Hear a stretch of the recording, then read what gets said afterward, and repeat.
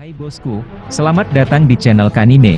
Jangan lupa like, comment, share, and subscribe-nya. Terima kasih atas bantuannya dan selamat. Siapa yang tidak mengenal karakter paling hype di dunia One Piece yang satu ini? Ya, dia adalah Monkey D. Dragon yang merupakan pendiri sekaligus pemimpin pasukan revolusi. Well, untuk hal-hal yang masih menjadi misteri, tentu kekuatan Dragon adalah salah satu misteri yang belum terungkap sepenuhnya di dunia One Piece hingga saat ini. Tapi kemungkinan besar menurut Mimin, Dragon yang merupakan anaknya Garp dan ayahnya Luffy ini memiliki kemampuan dan kekuatan yang setara dengan Yonko, mengingat julukannya sebagai musuh terbesar pemerintah dunia dan juga the most wanted man in the world atau orang paling dicari di dunia One Piece. Dan meskipun kita belum diketahui motif Dragon membentuk pasukan revolusi, namun Mimin berasumsi bahwa Dragon membentuk pasukan revolusi karena telah mengetahui sejarah abad kekosongan dan juga tentang kebusukan pemerintah dunia, sehingga tentu ia melakukan perlawanan melalui organisasi miliknya ini. Yang mana saat ini kita ketahui bersama, Dragon memerintahkan Sabo dan para komandan pasukan revolusi untuk menyusup ke Reverie dengan tujuan utama mendeklarasikan perang terhadap para Tenryubito.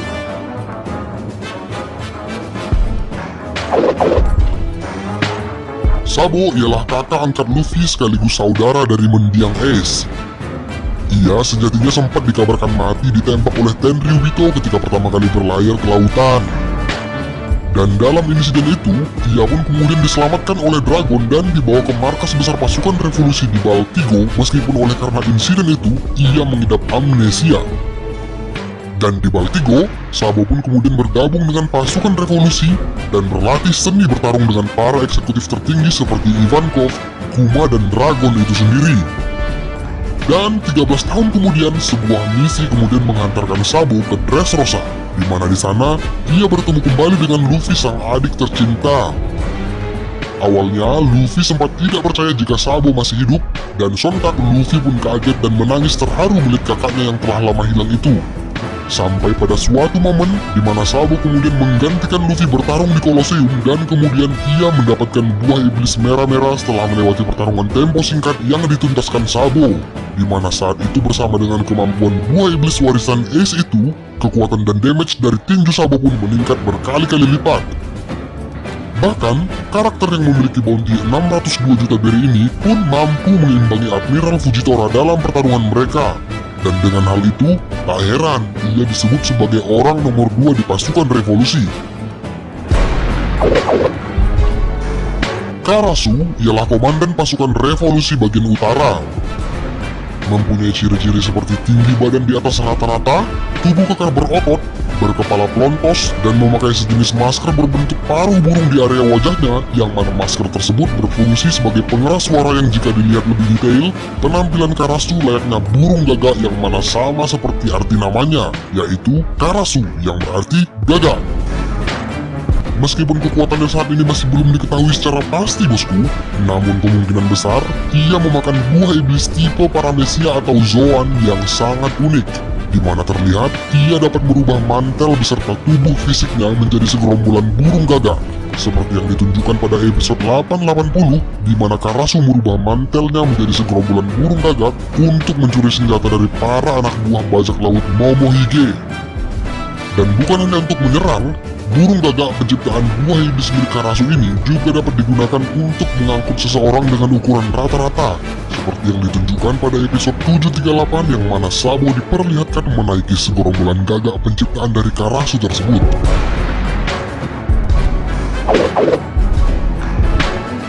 Lindbergh merupakan komandan pasukan revolusi bagian selatan. Komandan pasukan revolusi yang satu ini merupakan seorang yang berasal dari suku Ming yang berupa spesies kucing tetapi memiliki tinggi badan yang pendek sekitar setengah tinggi badan dari Belo Betty. Lindbergh diperlihatkan memiliki penampilan memakai kemeja dan mantel berkancing, celana berwarna putih, sepatu jenis boot, topi dengan aksesoris kacamata di tengahnya dan juga memakai sebuah jetpack di area punggungnya. Namun bukan hanya seorang komandan, Lindbergh juga adalah seorang pembuat senjata yang terampil dan ahli. Lindbergh diperlihatkan memakai sebuah jetpack yang digunakannya untuk terbang dan juga sebuah pistol yang dinamakan cool shooter yang mana tembakan dari senjata tersebut dapat membekukan senjata ataupun area fisik dari para musuh. Bahkan menurut Mimin, Lindbergh mungkin juga dapat menggunakan kekuatan atau teknik alami dari para suku Ming, yaitu elektro, bahkan mungkin juga dapat melakukan perubahan ke bentuk sulong. Itu menurut Mimin. Dan sekedar informasi nih bosku, nama dari karakter Lindbergh ini sepertinya diadaptasi dari tokoh Charles Lindbergh yang merupakan seorang pilot dan juga seorang penemu. Yang mana hal tersebut sangat mirip seperti karakter Lindbergh di One Piece yang juga merupakan seorang komandan pasukan dan juga seorang penemu.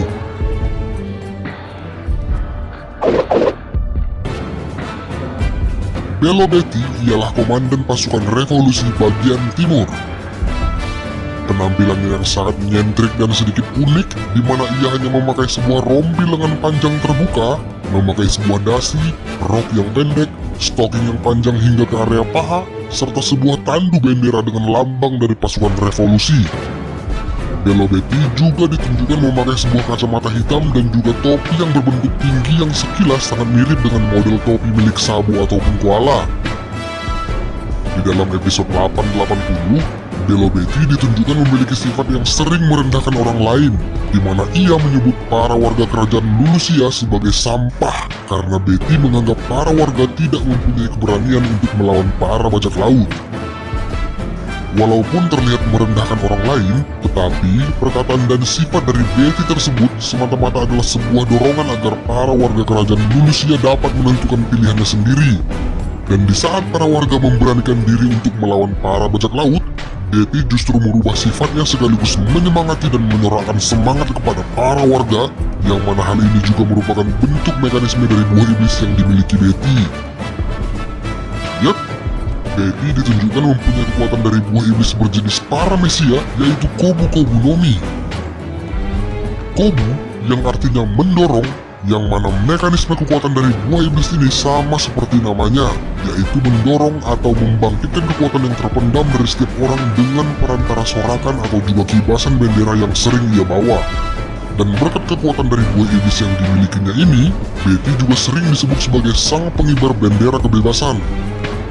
For your information nih bosku, nama Belo Betty ini sepertinya diadaptasi dari nama seorang tokoh revolusi di dunia nyata, yaitu Betty Zeng.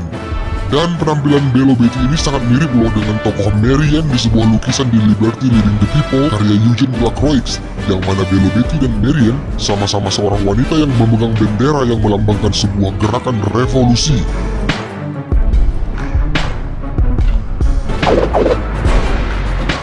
Morley merupakan komandan pasukan bagian barat. Memiliki ciri-ciri bertubuh besar dan berbulu, wajah yang lonjong, mata bundar yang berukuran kecil, hidung yang besar, bibir yang tebal dan kumis yang memanjang serta cara berpakaian yang aneh dengan bertelanjang dada serta menggunakan rok mini, tak ayal telah membuat kita yakin bahwa fix 100% Morley adalah seorang Okama.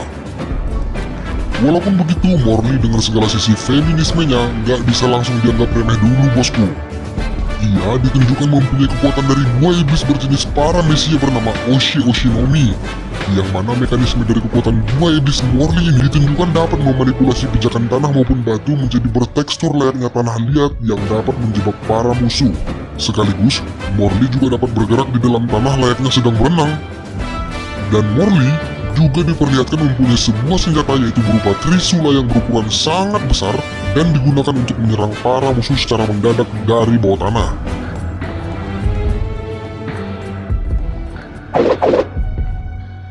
Jika selama ini kita hanya mengetahui hanya ada 4 komandan pasukan revolusi, nah di SBS volume 93 yang kemarin terbit, ternyata Emporio Ivankov juga adalah seorang komandan pasukan revolusi. Karasu komandan pasukan utara atau North Blue, Lindbergh komandan selatan atau South Blue, Belo Betty komandan timur atau East Blue, Morley komandan barat atau West Blue, dan Ivankov komandan G atau G yang berbasis di Grand Line. Ya, karakter yang mempunyai kekuatan iblis paramesia bernama Horu Horonomi ini sudah diketahui dengan kekuatannya ia mampu memanipulasi hormon. Selain mengandalkan kekuatan buah iblisnya, Ivankov juga diketahui memiliki kekuatan fisik yang luar biasa. Ia juga merupakan Ratu Okama dari kerajaan Kamabaka yang mana salah satu jurus andalannya adalah Deathwing, di mana Ivankov dengan jurusnya itu hanya dengan mengedipkan mata yang kemudian menimbulkan gelombang dengan damage atau tingkat kehancuran yang tinggi.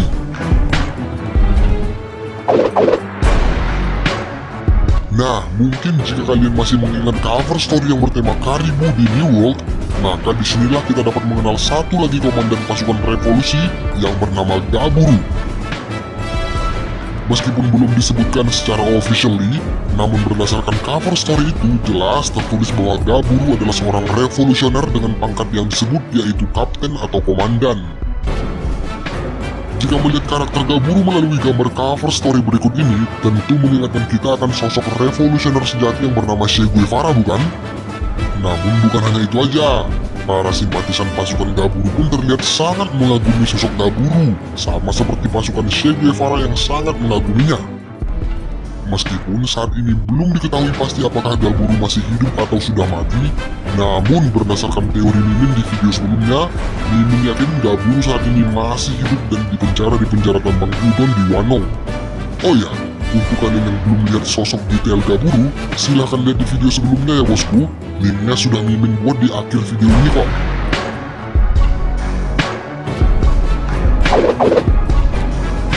Inazuma merupakan salah satu anggota pasukan revolusi, sekaligus wakil komandan Ivankov di pasukan Grand Line.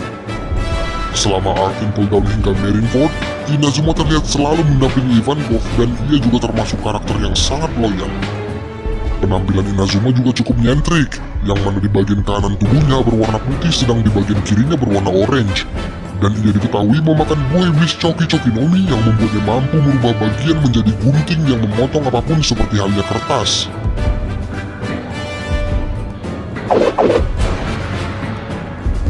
Ahiru adalah salah satu pasukan revolusi yang baru saja dimunculkan Oda kepada kita, di mana kemunculan pertamanya di anime adalah di episode 883.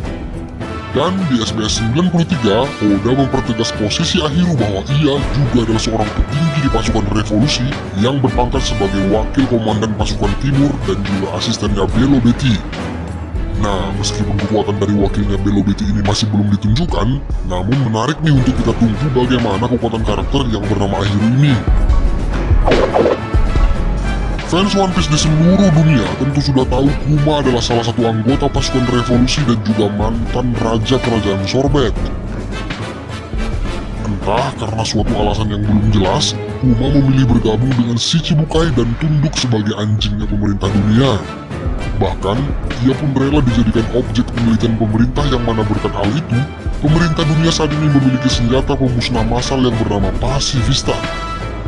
Namun sebelum dijadikan objek penelitian, Kuma telah membuat sebuah kontrak dengan pemerintah di mana isi perjanjian ataupun kontrak itu masih menjadi misteri hingga saat ini. Kuma sendiri termasuk karakter yang sangat kuat yang mana ia memakan buah iblis Nikyu Nikinomi yang membuatnya mampu menteleportasi apapun. Sayangnya saat ini ia dijadikan budak oleh Tenryubito di Marijoa dengan kenyataan bahwa sifat manusianya telah hilang 100% dan berubah total menjadi robot. Menarik sih untuk melihat lanjutan kisahnya Kuma ini, apalagi saat ini Sabo dan para komandan pasukan revolusi yang lain sedang berusaha menyelamatkannya. Ya, kita doakan aja deh misi Sabo dan kawan-kawan untuk menyelamatkan Kuma berjalan dengan baik.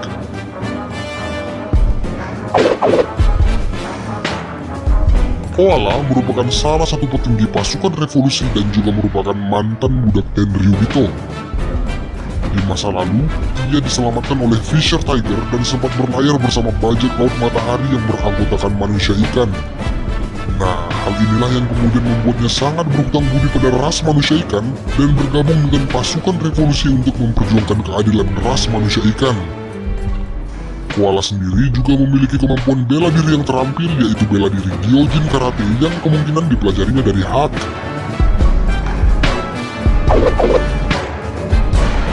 Hak merupakan anggota pasukan revolusi dan juga seorang manusia ikan. Ia merupakan pengajar Gyojin Karate yang tentu memiliki kemampuan karate yang lumayan kuat dan terbukti bahwa ia mampu bertarung dengan sangat baik di Colosseum Dressrosa. Walaupun sih sayangnya ia dikalahkan secara memalukan tuh oleh Bartolomeu dalam pertarungan itu.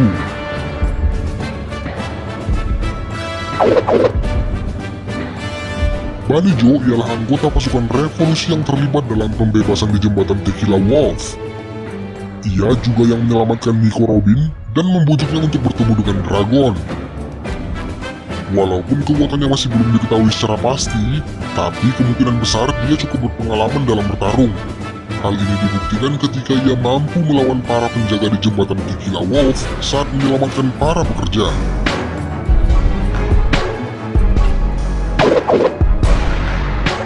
Terry Gilteo merupakan anggota revolusi yang muncul pada arc Enies Lobby. Dialah yang memberitahu Dragon mengenai bounty Luffy dan kawan-kawan setelah menentang pemerintah dunia. Meskipun masih sedikit hal yang diketahui tentang karakter yang satu ini, namun terlihat ia sangat loyal kepada Dragon. Rice Max merupakan anggota pasukan revolusi yang muncul dalam film One Piece Gold. Awalnya, ia ditugaskan untuk mengawasi pergerakan Tesoro dengan memainkan peran sebagai penjudi legendaris, walaupun pada akhirnya ia ketahuan dan mendekam di penjara milik Tesoro. Meskipun kekuatannya masih misterius, tapi sedikit kita bisa melihat pada movie itu, ia mampu loh menghentikan baling-baling besar dan membantu Luffy serta tahanan lain keluar dari ruang bawah tanah.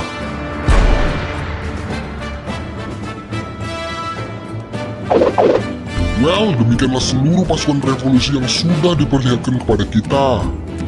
Kendati mereka berjumlah sangat banyak dan terpencar ke berbagai penjuru, namun sepertinya hanya karakter yang sudah kita lihat tadilah yang mendapatkan perhatian khusus dari Oda. Namun nggak menutup kemungkinan di masa yang akan datang, maybe kita bisa melihat lebih banyak nama-nama pasukan revolusi lagi nih. Yap, sekian video dari Mimin. Si sudah menyaksikan channel Kanime ini bosku, jangan lupa like, komen, subscribe dan share video karena gratis. See you bosku.